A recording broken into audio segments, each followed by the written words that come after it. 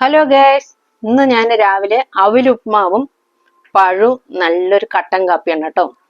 ഇപ്പോൾ സൂപ്പറായിട്ടുണ്ടാവും. രാവിലെ ഈ നല്ല മഴ സമയത്ത് ഇതങ്ങനെയൊക്കെ നന്നായിട്ടുണ്ടാവും. ഒന്ന് വൈകുന്നേരത്തോ അല്ലെങ്കിൽ രാവിലെയൊക്കെ ഇങ്ങനെ കഴിക്കാം. ഇന്ന് രാവിലെ ഏട്ടന് ഇത് മതിയെന്ന് പറഞ്ഞപ്പോൾ ഞാൻ ഉണ്ടാക്കിയതാണ് കേട്ടോ.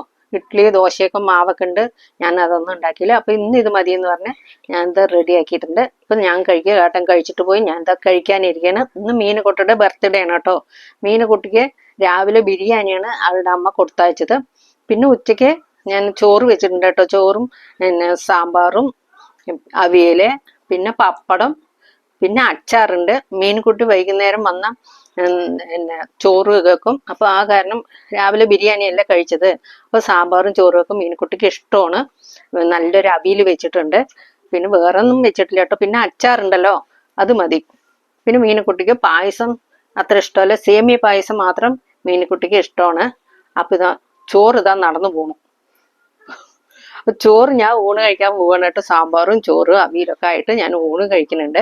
മീനുകുട്ടിക്ക് വൈകുന്നേരം വന്നിട്ട് എന്താ ഇഷ്ടം വെച്ചാൽ അത് ഉണ്ടാക്കി കൊടുക്കുക. പലഹാരം എന്തെങ്കിലും വേണമെങ്കിൽ അത് ഉണ്ടാക്കി കൊടുക്കാമല്ലോ. അപ്പൊ പായസം ഞാനൊന്നും വെക്കുന്നില്ല.